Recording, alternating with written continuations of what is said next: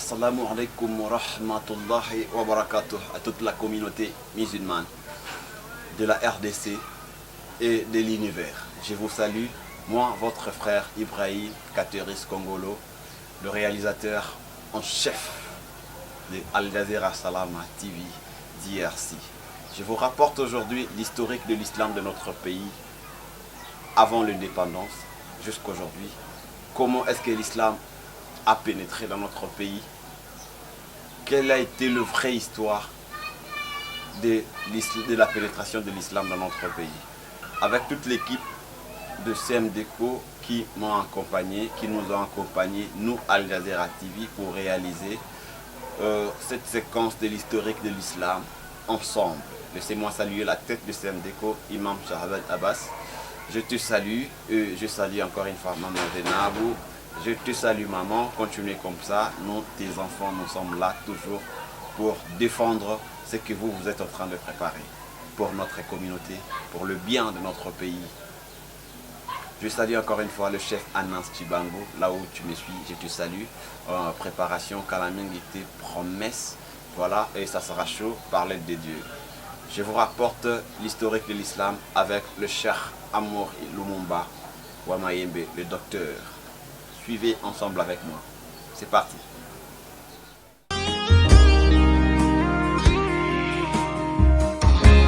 Oui, je suis professeur Amour Lumumba Wamayembe. Je suis musulman de naissance. Qu'est-ce que vous voulez que je dise encore? J'ai étudié comme tous les autres. J'ai des doctorats. J'ai un doctorat en sciences politiques et administratives que j'ai obtenu à l'Université pédagogique nationale, à l'IPEN. J'ai un autre doctorat en droit de l'homme que j'ai obtenu à l'Université de Bangui. Bon, en ce qui concerne l'islam, j'ai appris l'islam ici chez nous. J'ai eu à participer à plusieurs séminaires, plusieurs conférences. J'ai fait beaucoup de voyages de recherche dans les domaines islamiques. Depuis mon très jeune âge, je m'occupe de la jeunesse islamique. J'ai dirigé la jeunesse islamique pendant plus de, c'est pas moi, 20 ans ou 30 ans. Donc, tout ce que j'ai fait dans ma vie, c'est l'encadrement de la jeunesse islamique, donc des musulmans. J'enseigne le Coran, c'est ma spécialité, les tajwid, aux enfants, aux jeunes, aux femmes, donc à tout le monde. J'ai contribué aussi, comme d'autres musulmans, à l'épanouissement de l'islam. Je suis président d'une ONG islamique dénommée Domaine islamique pour le développement social UDES. Avec cette ONG, ici au niveau de Kinshasa, nous avons construit des mosquées. Une mosquée à Matadi Kibala, dénommée Mosquée Salam, et une autre mosquée qui est à Sele Kimpoko, dénommée Mosquée Rahim. Et à présent, je suis représentant légal adjoint de la communauté islamique en République démocratique du Congo, chargé des questions administratives et juridiques. Kola pour lui bela bokoti islam na kati ya mboka oyo. Je vais essayer de faire l'effort parce que na maîtriser mingi lingala te natangisaka na français, mais lokola na fandi pe mingi na Kinshasa na mwa ndambo ya lingala, mais baoyo bayebi lingala koleka ngai na kosenga ba eskize ngai parce que na ko prétendre te ke na koloba lingala lokola bakolo langue. Islam obolobina loba ekotaki ndenge nini awa na Congo. D'abord esengeli koyeba mot islam, ça signifie quoi? Avant de parler de la pénétration de l'islam, islam est un mot arabe. Et l'ingi koloba comme symbole, se remettre à Dieu totalement. Et l'ingi koloba kondima nzambe pe kolanda mibeko ya nzambe sans Coca-Cola. Ondimi nzambe ki azali koexiste, olandi mibeko na ye ya nzambe sans Coca-Cola mobeko moko. Pe ondimi ke Muhammad azali motindami ya ye nzambe. Pe osaleli mai alobaki engebene na oyo nzambe alobaki sans Coca-Cola. Donc dans le poto balobaka islam, c'est la soumission absolue à la volonté de Dieu. Quand on dit soumission absolue, nde yango nazo meka pour traduire na lingala, c'est-à-dire koto nzambe sans Coca-Cola. Koto nzambe sans Coca-Cola. Coca-Cola ça veut dire quoi? Nzambe alobi par exemple bosambela 5 fois par jour. Bosa la pèlerinage, bosa yolbi makambo ya kusambela 5 fois par jour, na osambela 3 fois, bien 2 fois. À ce moment-là, nous allons à l'islam parce que l'islam est dit au côté de Nzambe, au kolanda mibeko ya Nzambe sans Coca-Cola.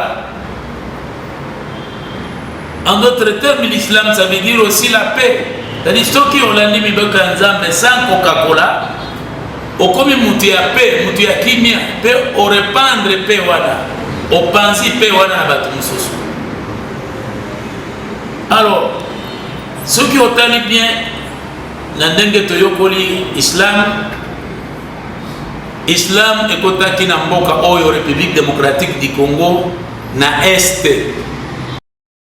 Bamususu balobi na ba 1830, bamususu balobi même avant 1830. Et uti na côté ya Zanzibar, et kokota na Est ya mboka na biso. Mais bawa bayaki na yango bautaki côté ya Oman, oye bani dali mbuka ya Barat kuna kote na Zanzibar ba kote na Est. Mais Islam oye koyebana kozwa makasi mingi na tango tipo aye kokota na Est, c'était na ba 1860. Pona ntolobi eye koyeba na makasi que l'islam ezali coexister à partir ya tipo parce que tipo ya kote na kati ya mboka na biso oyo na Est ayaki te comme mutu ya kotangisa religion, ayaki te pona koya ko islamiser bato, ayaki pona kosala commerce.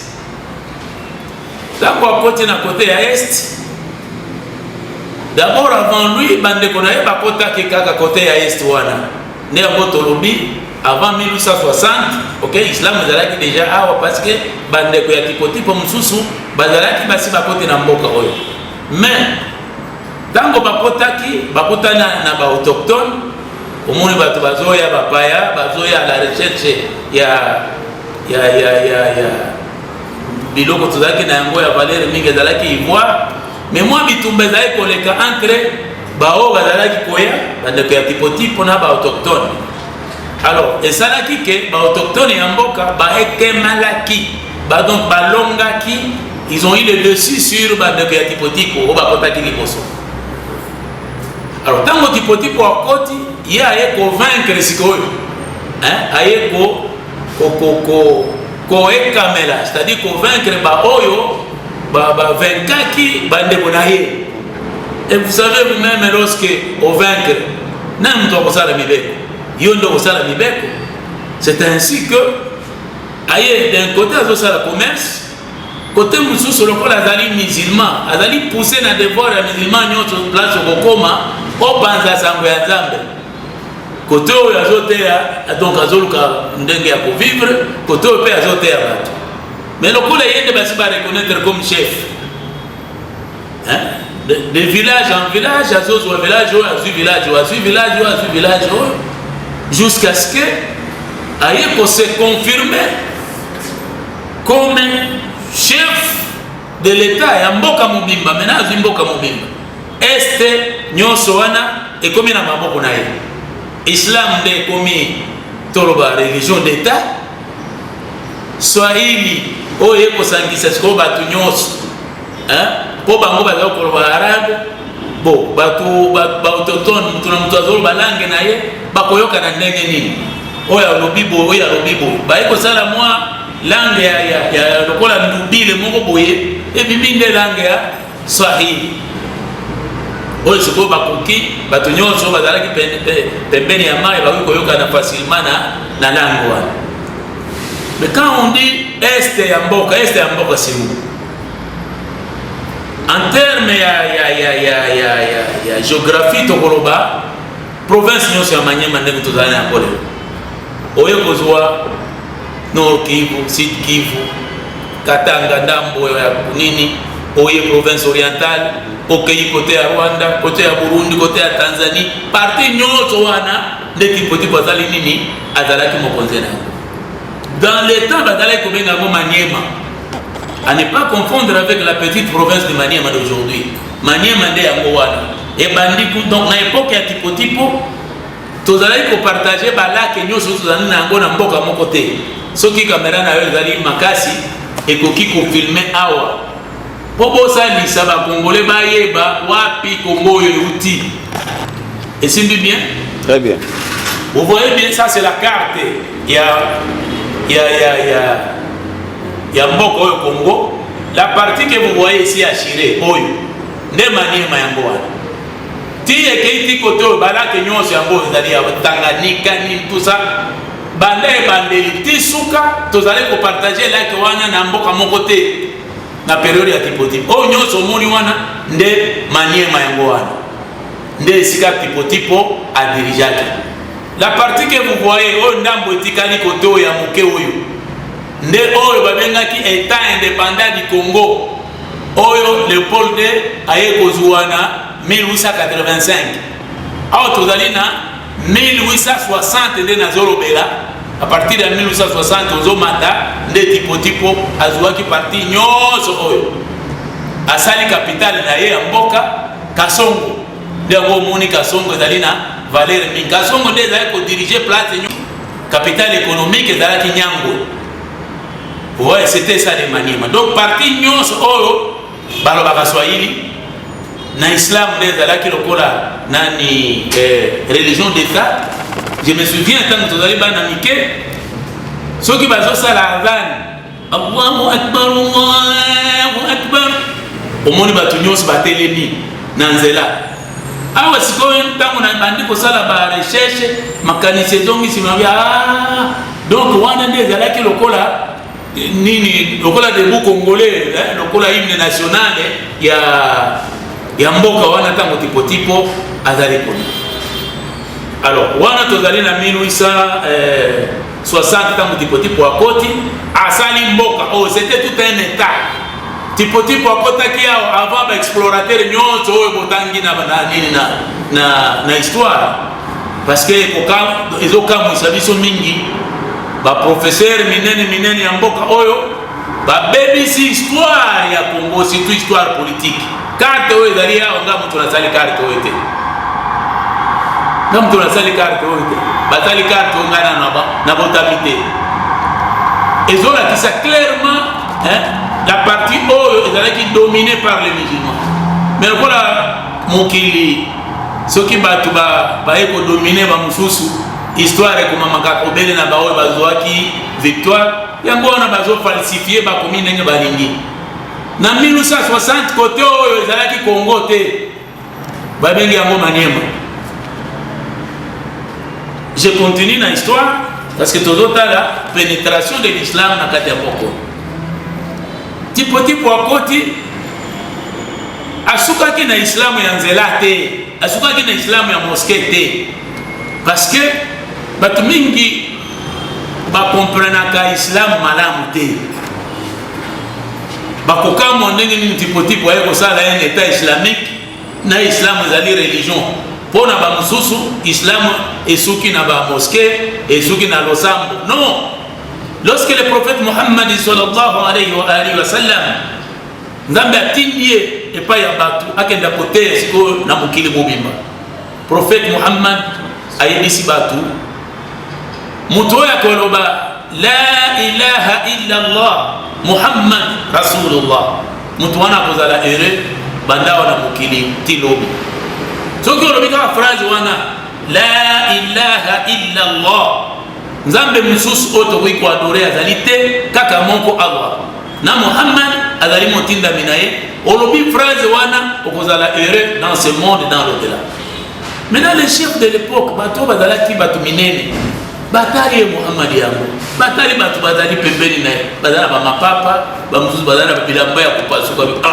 Mais tipo to mon éclairité ba tunyo to de basi balobi mo phrase na ye wana slogan na ye na ko ba nzambe azali obere moko ye Muhammad azali mutinda mianza.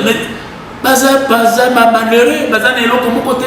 Jusque là il n'avait pas encore compris le sens profond de la ilaha illallah. Tango sikoye prophète ay ko limbola yango. Qu'est-ce que signifie la ilaha illallah? Il n'y a point de divinité excepté Allah. Aye ko limbola yango alobi na batu boy. Sur le plan politique, si vous dites que il n'y a point de divinité excepté Allah, c'est-à-dire vous acceptez que seul Dieu gouverne. Seul Dieu gouverne, le pouvoir est entre ses mains. Pas une autre personne. Et sur le plan juridique, ceux qui ont dit que la ilaha illallah, Zambe Mutsu Swazalité, Kaka Allah, ça signifie que seul Dieu légifère.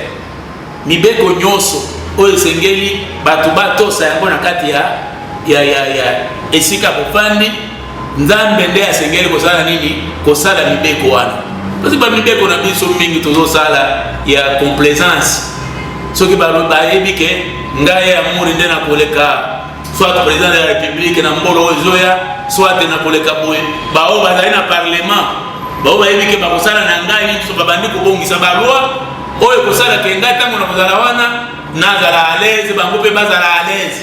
Babongisi bataye ba loi wana selon mais Nzambe azali nengo wana te, atala kariche te, pauvreté, nani te, asani mibeko oyo kosala pe ezala na kati ya société. Donc la ilaha illallah, ça signifie sur le plan juridique, seul le Dieu légifère, Nzambe nde asalaka mibeko. Et sur le plan économique, si vous dites qu'il n'y a point de divinité excepté Allah, Nzambe mususu azali te otoki ko adorer en dehors d'Allah, elingi koloba que seul le Dieu élabore les lois de distribution des richesses. C'est-à-dire que la richesse est nyoso to zana ngo nzambe ndia kotia nini ba loi na yango oyo bopesa batu boy oyo bopesa batu boy oyo bosala ngo musala bo bosala musala ngo boy parce que nzambe ndia bi posa ya batu mais oyo biso ba loi to zala économique oyo yango to zana pas citer lelo mokile mobimba. Je dis bien mokili mobimba to zana pas parce que to mitili ba loi na biso ya lukuta ya muyibi ya boy tout ça. Mais loi ya nzambe soki nzambe asali loi na ye ezalaka na discrimination na quantité. Donc c'est ça sur le plan économique. Sur le plan social, quelqu'un qui dit la ilaha illallah Muhammad Rasulullah, ça signifie que eloko nyoso oyo ya malamu na ya mabe nzambe ne il faut asala yango aloba yango. Par exemple basalaka boye te, po olobaka basalaka boye te, il faut ozwa yango na nzambe nde alobaki. Biloko wana ekendaka ndenge wana te. Tout ce que vous allez dire na modèle wana il faut euta wapi epai ya nzambe. Et vous allez voir que vie ya mutu nyonso mobimba ekomi omipesi totalement epai ya nani? Ya nzambe. O nzambe alingi nde yo osali. À ce moment-là, vous devenez musulman. Tango sikoyo bakonzi ya époque wana bayoki donc ndenge prophète alimbuli la ilaha illallah balobi na ba prophète nyoso bayaki na mokili awa mutu mabe koleka nde oyo. Parce que soki mutu alandi islam na ye wana ndenge azoko expliquer wana, c'est-à-dire bakolanda biso lisusu te, tokozali lisusu bakonzi te, kaka nzambe mibeko na ye nde kosalama, oyo alingi nde ekosala, sikoyo bokonzi na biso kosala nini ekosili. Yango balobi moto il faut baboma ye, il faut basala nini, baboma ye, basali complot. Le premier complot ezalaki makambo ya commerce, soki musulman azoteka biloko basombela ye te, musulman soki azali na eloko ata ezali kitoko ndenge nini mutu moko asomba epai na ye te, basali complot mpona konyokola bamusulman. Ti complot ye kobima baboma ye, nde nzambe aye kopesa ye permission alungwa maka akende na Medine, oyo batangisaki bino na histoire na baklasse kuna balobi la fuite de Mahomet de la Mecque vers Médine. Ce n'était pas une fuite, ezalaki nde déplacement, asala déplacement parce que milieu wana ezali sous favorable na yete balingi babuma ye, nde a se déplacer à Lungwe maka accueilli Médine. Lorsqu'il est arrivé à Médine, a continué na kosala mosala na ya ko prêcher, batu bakoti ebele na nani na islam, bostango batu bakoti ebele na islam. Mobeko ko s'appliquer wana ezani ezali islam. Bon, nzambe aza physique te, oyo azali ko représenter nzambe ici sur terre azali nani, nde prophète Muhammad. Ye wana sikonde akomi mokonzi ya batu, asali mibeko na ye, et c'est du haut de Mimbar qui nommait les ambassadeurs, c'est du haut de Mimbar qui nommait de quoi, des généraux, ya ba armée, nde azali ko nommer ba imam minene, ainsi de suite, a continuer na islam na ye jusqu'à ce que akufaki. Tozongi na oya biso ya Congo wana ezalaki parenthèse pour bato ba comprendre comment tipo azalaki mboka mobimba oyo mibeko ezalaki ko s'appliquer ezali islam. Donc il y a rien de nouveau là-bas. Islam ezali na mibeko nyonso oyo soki bo appliquer yango na place vous allez kopanda, si vous êtes majoritaire loi wana bosali yango ya nzambe et mibeko islam ekokamba tous les secteurs de la vie. Ça c'était mboka tipo asalaki. Atali mboka wana divisé yango na 7 régions. 7 régions. Na okota na kati ya muzindote na chaque région ezalaki dirigée na mutu moko. Mais eloko malamu tipo asalaki par rapport ya ba colonisateur bayaki après lui, tipo azalaki ko respecter pouvoir coutumier. A changé que pouvoir ya mutu te. Ati mutu na ye wana, mais azo respecter ba chef o bazalaki kala, bazo travailler de commun accord na batu na ye. Asali, mboka na ye komi prospère. Il y avait même des missionnaires, comme la Vigérie, c'est un chrétien. A kotaki kuna bayambie na mboka ba musulman, a panzi religion na ye ya christianisme, na liberté nyos totale, batikaki na kati ya mboka islam. Maintenant, eye tour sikoyo ya Belgique, abandi ko luka ye pe azwa mabele na katikati ya Afrique. Atindi mutu na ye oyo botangaki na histoire kumbona ye Stanley ya ye, c'était à Kasongo en 1876. 1876, nde Stanley aye kokutana na tipo na Kasongo. Alobi na ye au nom du roi de Belge. Na sengio olakisa biso la partie des terres qui n'est pas encore occupée par qui? Par les puissances de l'époque. Parce que la puissance de l'époque, on a à ce moment-là, Congo n'a existé, République démocratique du Congo n'a existé 1876. Stanley a contenu na tipo parce qu'on est à la kissie côté ya côté tozali aye kuna na batunaye aye kokoma na boma le 9 août 1877. 9 août 1877 nde akomi na boma. Ntango akomi kote oyo ye nani Stanley nde abandi kozwa sikoyo mabele moke na kombo ya nani ya roi ya ba Belge. Tipo apesaki ye batu ya komema ye na tipo, c'était les musulmans. Apesaki ye biloko ya kolia ti batu wana baye kokoma kote oyo nde okokuta na bakongo kuna bakombo ya Yusuf, Ismaël, ainsi de suite. Et bakombo ekotaki na période wana ba musulman wana bayaki na nani na tipo plutôt na Stanley bango ba yako tika la côté oyo ba boti ainsi de suite. Alors na Stanley a comme côté oyo na date on a utikopesha bino wana na le 9 août 1877 ndé abandi kozwa mabele au nom du roi des Belges. À ce moment-là, il n'y a pas de Congo. Aïe, Azui Kinshasa, Azui Bandundu, Ba Congo, les deux Kassai, moi Lomami. Lomami est allé pour faire partie à Maniema. Ndé parti wana oye nani Stanley, aïe kozui la roi des Belges, ndé aïe encore Bapé ça qui est en 1885. Vous voyez la partie où il a Pembeo. Ndeo babengaki État indépendant du Congo en 1885. À ce moment-là, les Maniema ici, c'est-à-dire parti Nyoso, les Alliés Congo, 1885. Bazalaki Koto, Bazalaki Batuya, roi de Belgique. C'est ça l'histoire que vous devez retenir de ce pays-ci. Alors, il y a eu Koto 1885. Bagay kopé c'est une conférence de Berlin comme vous avez appris dans l'histoire. Bapesier mboka oya État indépendant du Congo. Tango bakaboli Afrique lokola gâteau. Bapesier wana. Mais bapesier qui est Maniema te. Maniema zaki a tipo. Si le roi de Belgique a kotala on dit ah. Mais partout bapesier ngai richesse autozolo kaza côté oté. La richesse ta convoitée à l'époque c'était quoi? C'était l'ivoire. Ivoire est à côté côté. Les Alliés belé côté à Yamanim. Roi l'obispo n'a pas ça la ndeni. N'a pas ça ndeni pour exploiter richesse aux Alliés. Ah déjà comme il a deux couronnes, le roi des Belges. Deux couronnes ça signifie quoi? Il est roi des Belges. Il est aussi roi de l'État indépendant du Congo. Siko alobi mais ce qui n'a qu'à kuna nazo les sous mboka wana ya tipo type. Est-ce que parlement n'a pas ko nimelangaki? Na ba na roi de ceci, roi de ceci, roi de cela. Et pécier qui peut que c'est pécier équation à mon tour. Non, n'a utilisé à ta ruse pour la compte à kuna. De ruse wana et à kosala ke mboka o malere abiso et bandi place wana.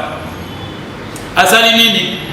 Attendi les sous Stanley pas que ne négocier na nani na tipo type basangisa les deux états.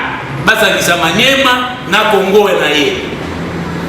Bakay ko banda ba négociation wana na Zanzibar. Ma négociation est salie 2 ans. Ma négociation est salie 2 ans.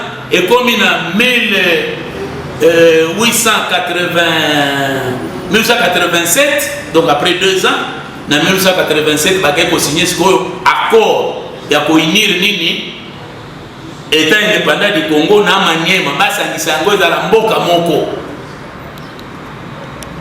Que Basangisango Kawana. Roi de Belge a été tipo ndima kaka ke mboka na yo pe ebenga makaka Congo. Lokola to sangisi yango ezala kobenga makaka obele Congo. Tipo andimi basangisi les deux états Maniema na Congo de période wana na ko ikoloba ke nationalité na biso ezalaki Congomani. Bazala kobenga biso ba Congomani, c'est-à-dire les ressortissants du Congo et Maniema. Congo Maniema. On nous a mis ensemble. C'est à partir de cette date-là, avec la signature de Tipo, que Batuya Est, comment tu peux Congolais, Bazaki Congolais, Bazaki Namboka na Bango Bengami, Maniema. Religieux, Zalaki, Islam, un État comme tout autre. Parce que la Belgique ne pouvait pas négocier na Tipo, parce que Zalaki Kaka, Moutouka Pamba. Non, il était reconnu que Mboka Wana Zali Aye. Mais vous allez voir dans l'histoire de Ndenge Bakomaka. Lokola Bamsuso Komona Bakomi la zone d'influence des Arabes. Au lieu de l'État la zone d'influence des Arabes. Mais ceux qui ont une influence, c'est quand on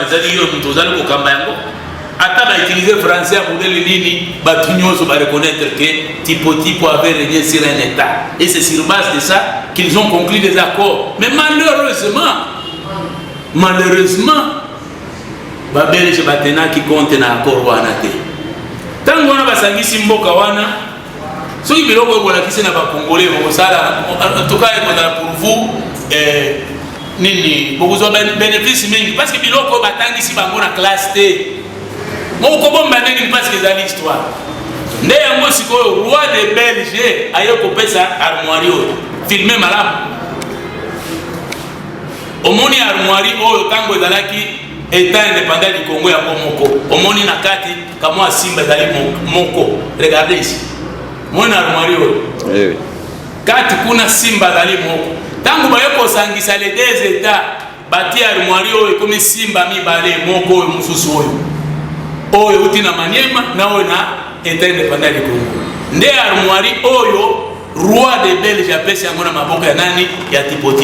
Mais qu'est-ce qu'ils ont écrit na kati ya armoire oyo nde eloko ba congolais esengeli bayeba c'est à partir ya kobebisa biloko oyo bayokanaki awa nde malheur toza nango na kati ya mboka oyo biloko nini ekomami na armoire oyo roi apesaki na tipo bakomi boye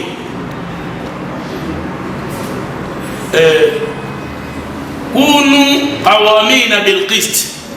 Soyez strict dans l'équité. Soyez strict dans l'équité. Shuhada lillahi bil haqq. Témoin d'Allah dans la vérité. Vous allez témoin d'Allah dans la vérité. Wa awfu bil ahadi.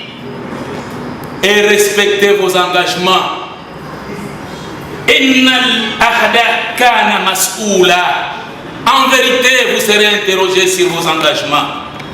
Daoulatu Kungu al-Mustaqila, État indépendant du Congo.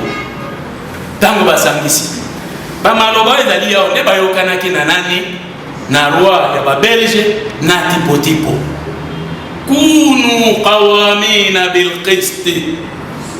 Soyez strict dans l'équité, dans la droiture, dans la justice.